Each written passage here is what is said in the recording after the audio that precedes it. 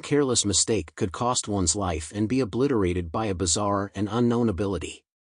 Because every mutant's mutation was unknown, any kind of strange and mysterious supernatural ability could appear. Even Zhang Yi, who was a top Delta-level mutant, did not dare try to guarantee that he would never be killed by a low-level mutant. Eclipse Moon Organization side. With Jinguji Saikairo's reminder, Phoenix Ren also noticed the empty shortcomings on the map. He stroked his chin and murmured, "Mayumi's divination can't be wrong. That means that no enemy exists between the area from the east to the south. What shenanigans is the other party planning?" Phoenix Ren's expression was playful. He didn't like this feeling of things being out of his grasp. But right now, he couldn't figure out the purpose of the Jiangnan region at all. It was at this time that Tsukamoto Nobunaga, who hadn't struck, walked over.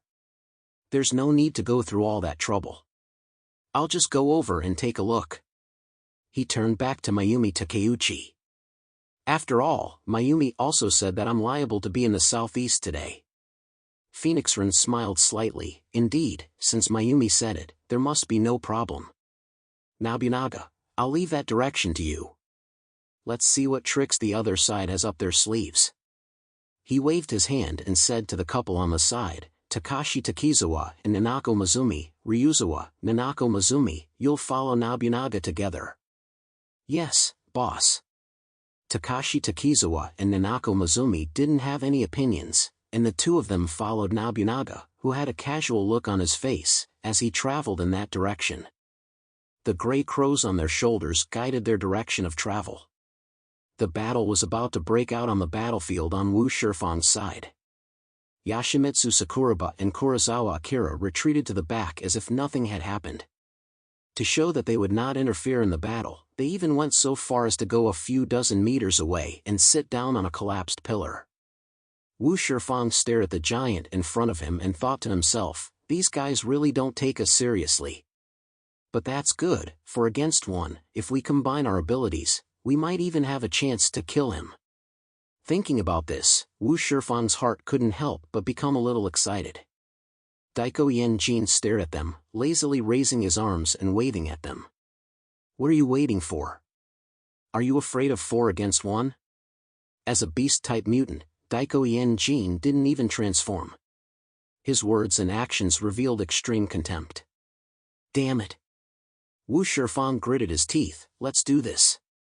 He reached out and removed a huge weapon case from behind him. It was a black metal box that, if you didn't look closely, could even be mistaken for a small coffin. Boom! The huge weapon case crashed to the ground. At this moment, Wu Shifang's body also underwent a strange change. His flesh began to twist and writhe, and in no time at all, it began to split open down the middle. This was Wu Shifang's ability clone image. This is a part of his body. So now, what appears before Daiko Yenjin is no longer one powerful enhancement ability user, but 2. He took out a huge silver-colored antler bow from inside and handed it to his clone. He himself took out 2 huge urn-shaped hammers from the other side. It was equivalent to holding 2 adults in your hands as weapons. This type of weapon originally only existed in legend. But in these times of mutation, there are really people who can use it freely. The silver giant bow with the horns in the hands of the clone also looks full of pressure. Wu Shifang stood in front of the crowd and said in a deep voice, "I will hold him off in the front. You use your own methods to attack." The others did not say a word, but their eyes were fixed on Daiko Yenjin. However, the 2 Ronin watching from afar did not dare to take things lightly. If they actually believed the words coming out of the enemy's mouth, they would be pure fools. "Oh? He looks very imposing," Daiko Yenjin commented lightly. He assembled his Tanbokiri, and with a casual wave of his hand, there was an astonishing sound of wind breaking. "Go!" As soon as Wu Shifang finished speaking, he charged towards Daiko Yenjin like a whirlwind. At the same time, his clone drew his bow and knocked an arrow. The huge silver-colored bow was like a full moon, and with a whoosh, the sound of the arrow breaking the air was like the long howl of an eagle. The arrow was moving at the same speed as Wu Shifang's clone, and it attacked Daiko Jin from two directions. Daiko Jin's gaze sharpened, and with a casual sweep of the Tanbokiri, he sent the arrow flying. On the other side of his body, Wu Shifang's hammer had already smashed downwards towards his waist. When using cold weapons, experts will choose blunt weapons. Because if they are hit, even if it is just a part of the body, it will quickly render the person unable to fight. Wu Shifang's attack came from two directions, and it was difficult for the average person to react. Daiko Jin was not a speed-type mutant, so he was unable to knock the arrow away and dodge it. But in the face of the hammer that came at him, he made a simple move. A large, strong hand quickly and steadily caught Wu Shifang's thunderous blow. Boom! The huge impact caused Daiko Jin to take 3 steps back. He looked at Wu Shifang in slight surprise. Not bad. But Wu Shifang was scared by the scene and was sweating profusely. His full power attack was blocked by the opponent with just one hand. What kind of strong body and strength is this? Unexpectedly, Daiko Jin did not become angry, but instead seemed to be aroused. He grinned and waved his hand at Wu Shifang again. Wu Shifang gritted his teeth, roared, and charged up again, holding 2 heavy hammers. The 2 drum-shaped hammers fell from the sky with a thundering sound, crashing into Daiko Jin's head. This time, Daiko Jin spread his legs apart on the ground, as if they were 2 pillars rooted in the ground. This is the most classic posture in sumo wrestling, embracing the earth and making it as immovable as a mountain.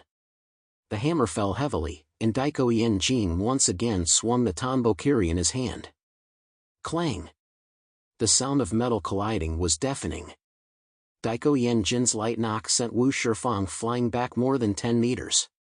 Wu Shifang felt numbness spreading from his back, and his hands were in severe pain.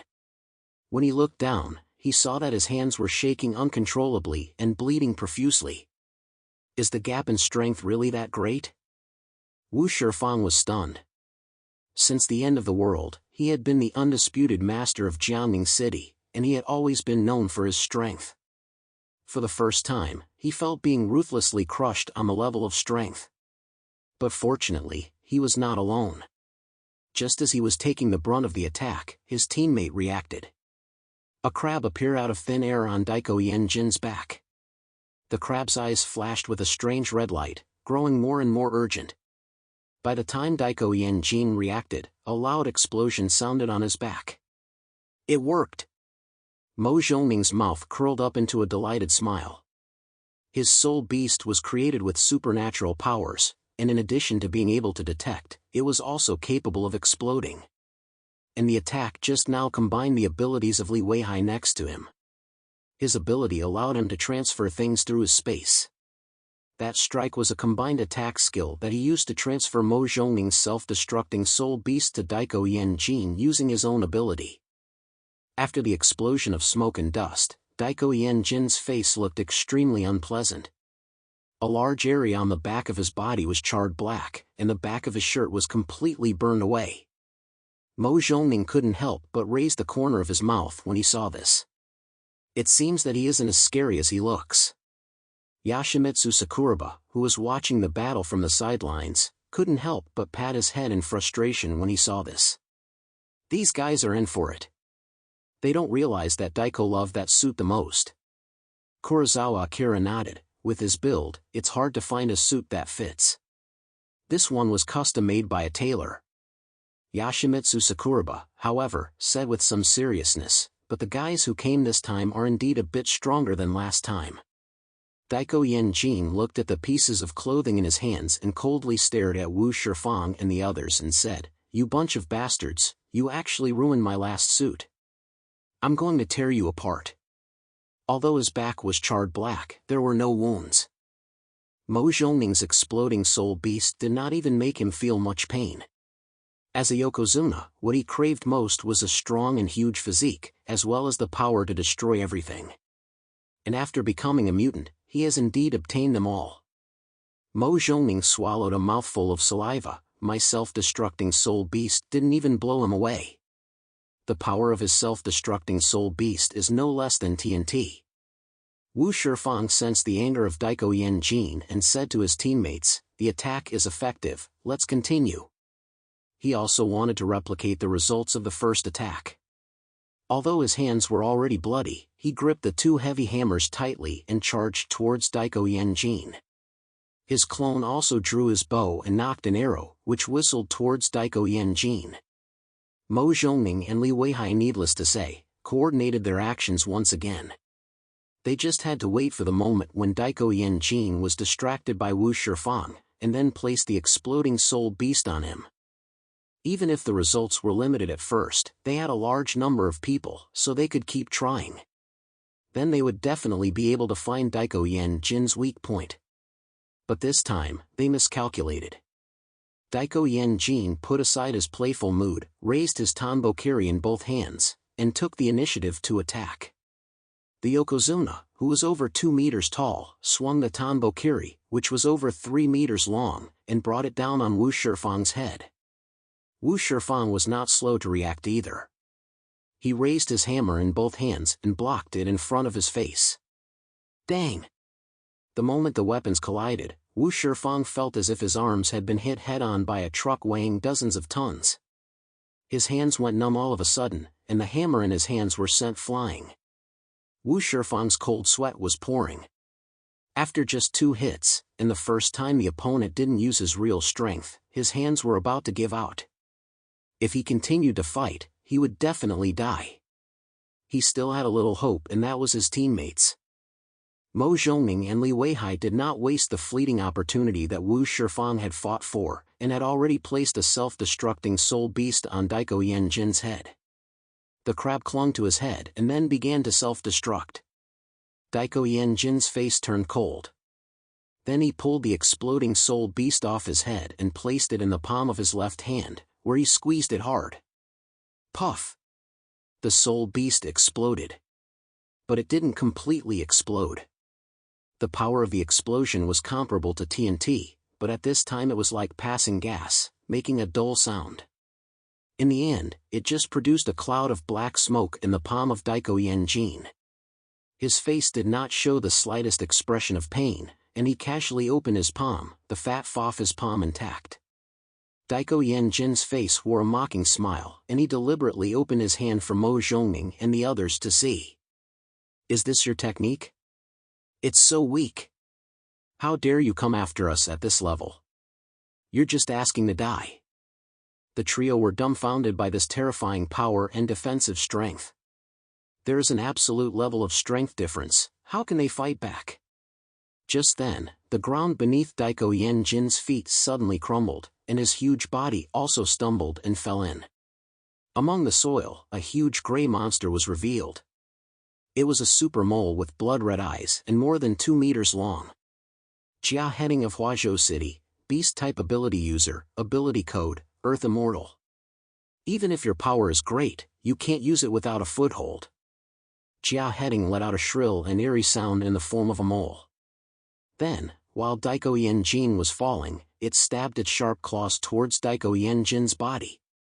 The target was his weakest spot, the rectum. Even the strongest man has a weak spot, the rectum. No one could withstand a series of proctological operations. Although it is despicable to have one's rectum ripped open, in a life-or-death battle, any method that can kill the opponent is the best. For the first time, Daiko Yanjin sensed the danger and his anus tightened. Die! A shrill screech came from the giant mole's mouth, and its claws, which were comparable to a saber, were aimed at Daiko Yanjin's buttocks and stabbed forward. While his teammates were fighting in front of him, Jia Heading had been waiting for just such an opportunity. Even the people in the combat command center couldn't help but crane their necks, hoping that Jia Heading would succeed in one strike. But at that moment, an ear-splitting roar erupted from the collapsed hole. Daiko Yanjin finally used his own ability, the mythical creature Tidal Tiger. A hot blast of air gushed out from every part of his body, sending the giant mole transformed by Jia Heading flying out. A gust of hot air shot up from the hole in the ground, giving Wu Shifang and the others outside the feeling of being burned by flames. A huge brown figure shot up into the sky, before crashing down to the ground. By now, Daiko Yanjin had transformed into the title tiger, brandishing a huge Tanbo-kiri and showing Wu Shifang and the others his fangs. This time, he was truly enraged. No one can remain calm after being nearly anally eviscerated. Beneath the earth, Jia Heading did not stop moving. He frantically began digging at the ground. Ha ha ha! I'm underground, so what can you do to me? As long as I'm given a suitable opportunity, I will definitely tear out your intestines. Daiko Yanjin roared in anger.